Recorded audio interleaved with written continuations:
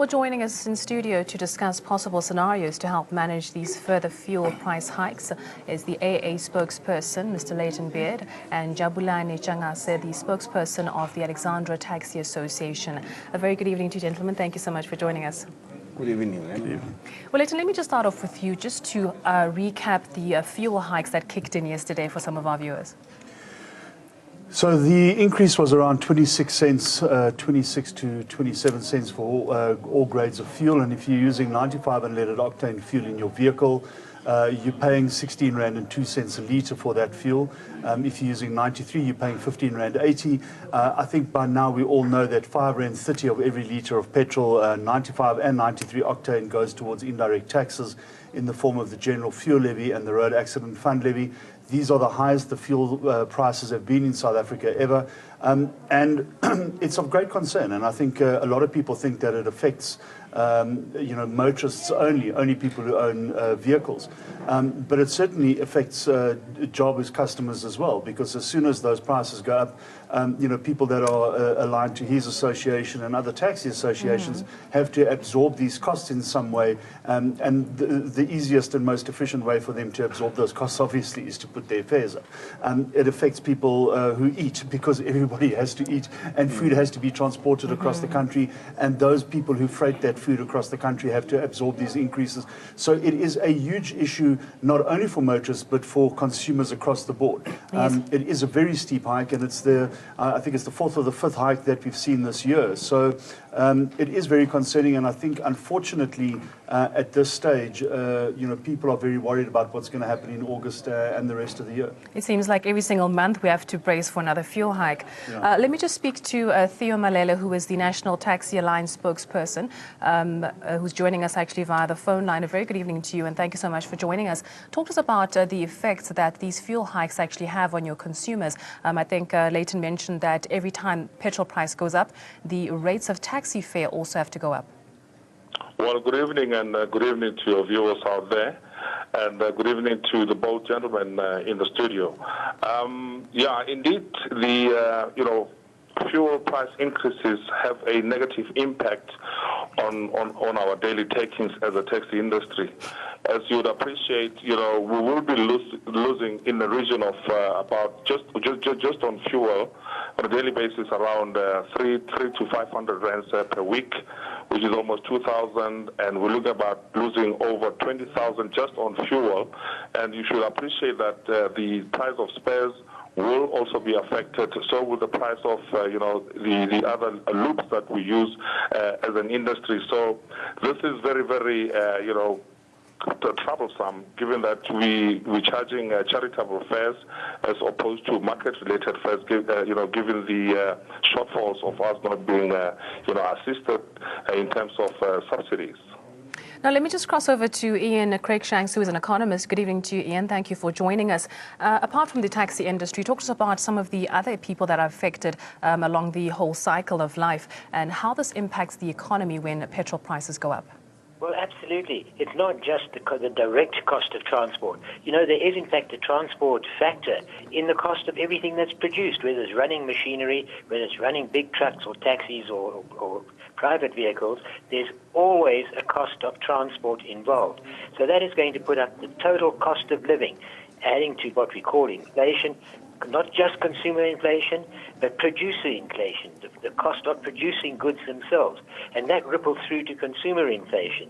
And with already the average under recovery of looking around 40 cents a litre, we could get another significant increase next month if, of course, the oil price stays where it is and the rand stays as weak as it is.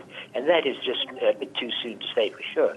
But the ripple impact is very severe. Where could it go to? If higher inflation stays a while, then the risk is that the Reserve Bank has to take an action in monetary policy and we get an interest rate hike, whereas until a couple of months ago we were looking for an interest rate cut. So yes, it's going to affect everybody severely in many cases, and particularly seeing the poorer sectors of the population where transport is a major part of their total expenditure, up to 20% in many cases, because they earn so little. This is really going to leave a lot of people hungry as well as footsore. Ian, I'm going to ask you to stay with us on the phone line as I come to Jabulani. Just talk to us about how you feel about these price hikes and what impact it's going to have on you as well. To us as a taxi industry, it's the first time to hear that petrol is going up in 4 times per year. I haven't heard it since I was born, and this is happening now. It's affecting us and killing us now. Our business is supposed to go low because our customers, they will run away for us now. Remember, in the taxi industry, we're transporting people day and night, time and time. So if they hear that the price of the petrol is coming up, we as the taxi industry are supposed to increase the price of the fees for the people who are transporting for the passengers. Okay, but if we look at it from now, we don't know what's happening to the government. Let's put that to the government. We don't know what's happening to the government because they don't consult us. They don't even come to us and tell us the petrol will become going too high. We're supposed to sit down as the people who are stakeholders and tell us exactly why they want to increase the petrol. And again, it's not only the petrol. We voted that people to go there and sit there. That people who are increasing the petrol, they don't put petrol in the garage. I haven't seen any one of them who puts in the petrol. But for us who are busy, they pumping the petrol, putting the petrol, they tell the people, they think easy now, the petrol is going to be high. I don't know why. We have a serious problem. It's too heavy for us now, the taxi industry now. I believe they all do use motor vehicles as well. Let's just talk to the IFP spokesperson, Honorable Hlengwa. Very good evening to you and thank you for joining us. As a politician now, talk to us about what kind of things can you do to actually decrease the fuel price if possible? Can you influence these prices? Thank you very much. Well, we have written to the Speaker of Parliament urging her to schedule an urgent parliamentary debate on this matter on the basis that it is urgent, and so solutions need to be found. And our objective is that government must be able to take South Africans into its confidence in terms of the plan that they have in dealing with this matter, because it has spiraled out of control and the ripple effects, of course, hit directly on the poor and the middle class in the main, and therefore we do need an urgent intervention. Secondly, we have proposed, and will be pursuing this quite vigorously, that the fuel levies must be suspended until such time, one, the global prices of petrol have stabilized, and secondly, government has instituted a broader program of action in terms of how to deal with this. We are, of course, not ignorant to the fact that, to the fact that South Africa doesn't control these global prices, but government is in a position to maneuver on the taxes that it imposes, and we, quite frankly, the 5 Rand 30 under the circumstances is too much, and so this suspension would give relief, which would have a litre costing about 11 Rand. So we are quite glad as well that the ANC yesterday came out in support of this particular proposal insofar as the fuel levies are concerned, and we've also noted that the Democratic Alliance has also said that they are in support of a cut in the levies. So the fact that we've got a discussion going now, what is important, but this is of course a short-term intervention. Government needs to come to the table with a long-term plan, and we're calling on all South Africans to make concrete suggestions in terms of how we deal with this particular problem. But in the main, we do really feel that the fuel levies at this point in time must be suspended, and for government to offset whatever may be lost to the fiscus through other means, cost-cutting, belt-tightening, and proactive business management style-like approaches in the SOEs. We are calling for public-private partnerships in these SOEs to decrease the amount of money that government is pumping into them. We've got the highest number of foreign missions in the world, and the exchange rate is not working in our favor in some of those countries. And so it is opportune that we actually cut down on our missions and save money. And for President Ramaphosa to downsize and rationalize his own cabinet. But what we are not going to accept is a public call to say citizens must be the only ones who tighten their belts and government continues spending on the splurge without exercising that particular financial discipline of belt tightening at this point. Well, thank you very much, Honorable Hlengwa. Leighton, just coming to you, talk to us about the ingredients that go into coming up with the fuel price. I know that Honorable Hlengwa mentioned the fuel levies and, global oil prices. And what can be done? Yeah, he's raised a number of very critical issues. I think when we look at the fuel levies, the Road Accident Fund levy constitutes 1.93 of every litre of petrol, and the general fuel levy constitutes 3.37, and that general fuel levy just goes to the fiscus. It's a very easy tax to collect because everybody pays it.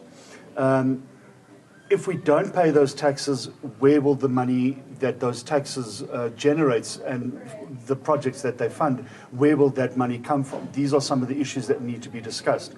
I think a lot of South Africans, and we obviously welcome this, have now begun debating this issue around these fuel levies. In light of historical reasons or whatever the case is, there is this issue of money seeping in the government, going out. There has been this issue of graft and what have you, and so people are beginning to question where this money is going. And yes, that's fine to say we're going to cut this, we're going to cut these taxes. I think the other side of that coin is where does that money then come from? Government has said that it has very little control over the petrol price. It certainly doesn't have control over the international petroleum prices. There has been a debate around, does it needs to create an economic environment, a political environment that is conducive for the rand to strengthen against the US dollar. So that's the first thing. And then obviously looking at this issue of the levies. It's a very complicated, very complex issue, and it's not going to be solved in an evening. But I think where the AA is very happy is that the debate is being held around this issue. Now, Mr. Miller, just coming to you, what other things do you think that government and other stakeholders can actually do to help to reduce the overall price of fuel in the long run?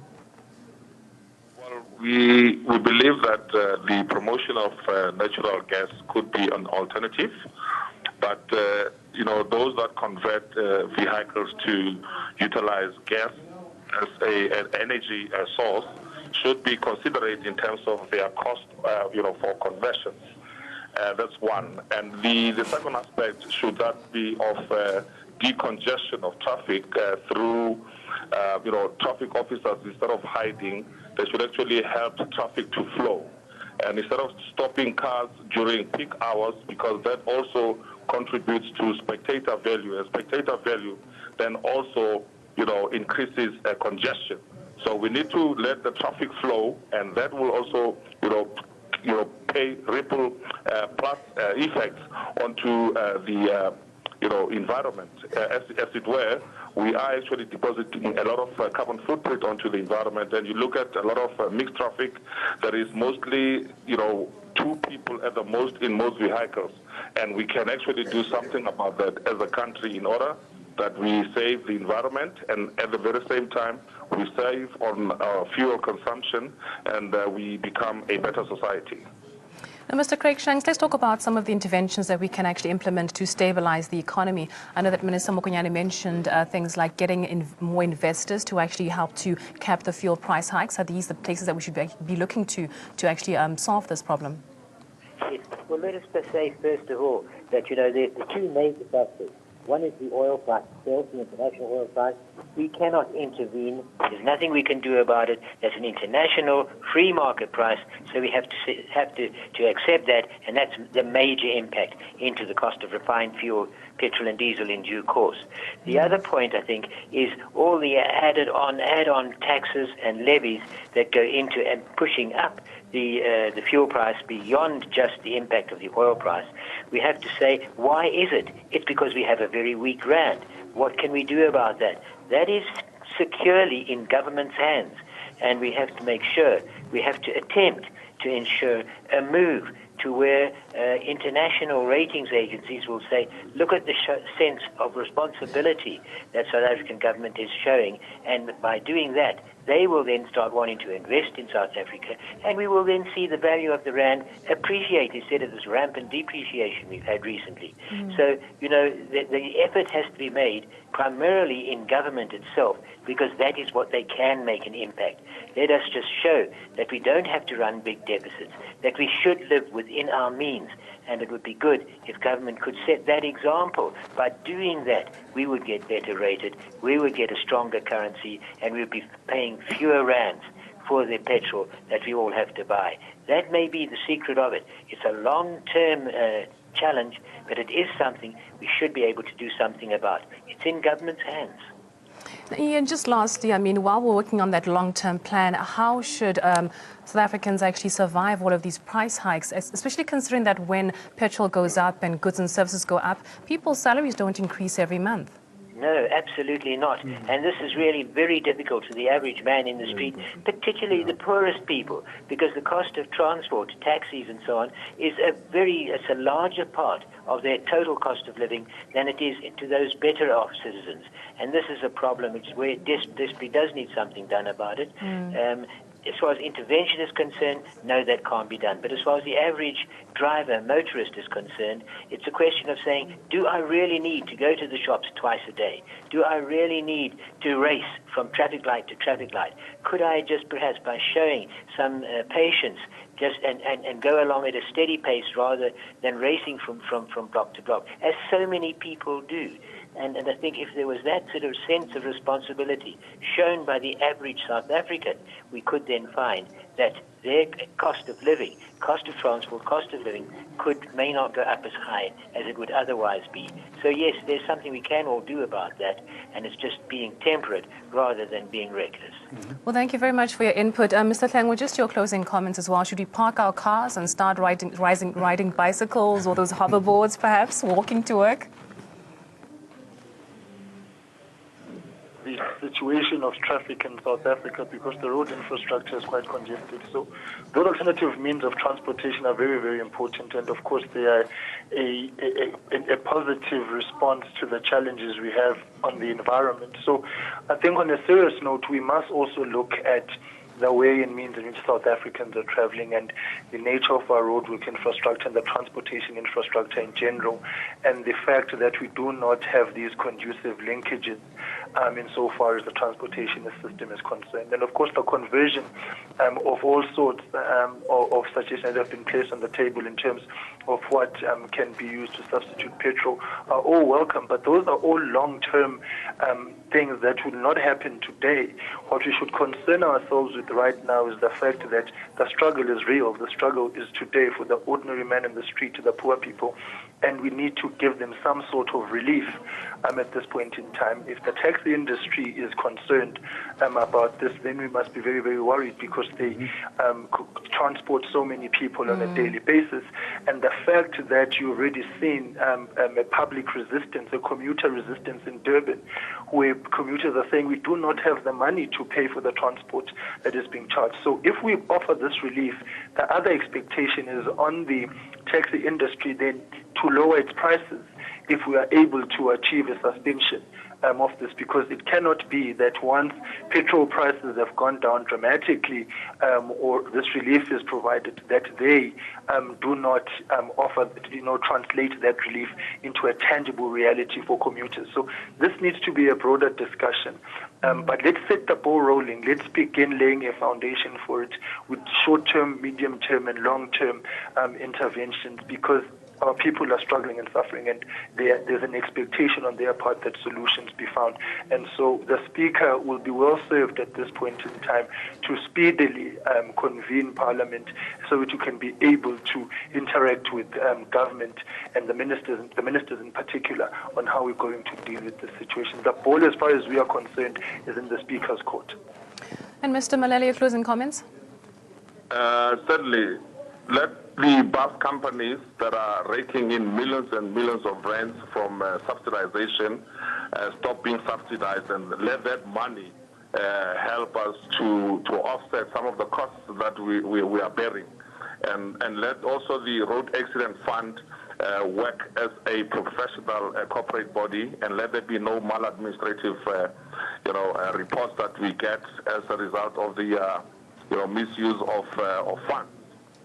Thank you. Mr. Sangani, if the price of petrol goes down, will you reduce the price of taxi fare?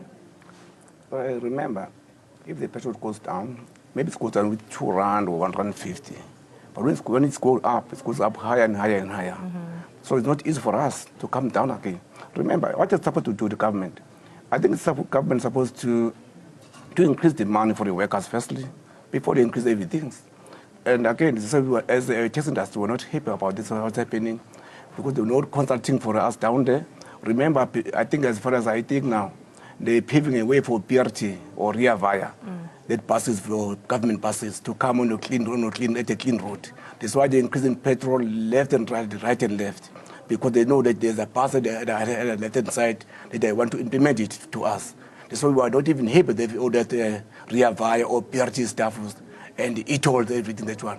But at your point again, I want to say to you, it's not easy for us, because when the petrol increasing, they just increasing 1, 2, 3, 4. So for us, we're increasing once a year or twice a year. So it's not easy for us to come down with 150. Remember, our increase come to be 2 rand or 150. So it's not easy for us to come down again. So that's why I say we have a serious problem. But I think government is going to see what's happening and call us and sit down at the same table and discuss about this matter. Leighton, your closing comments?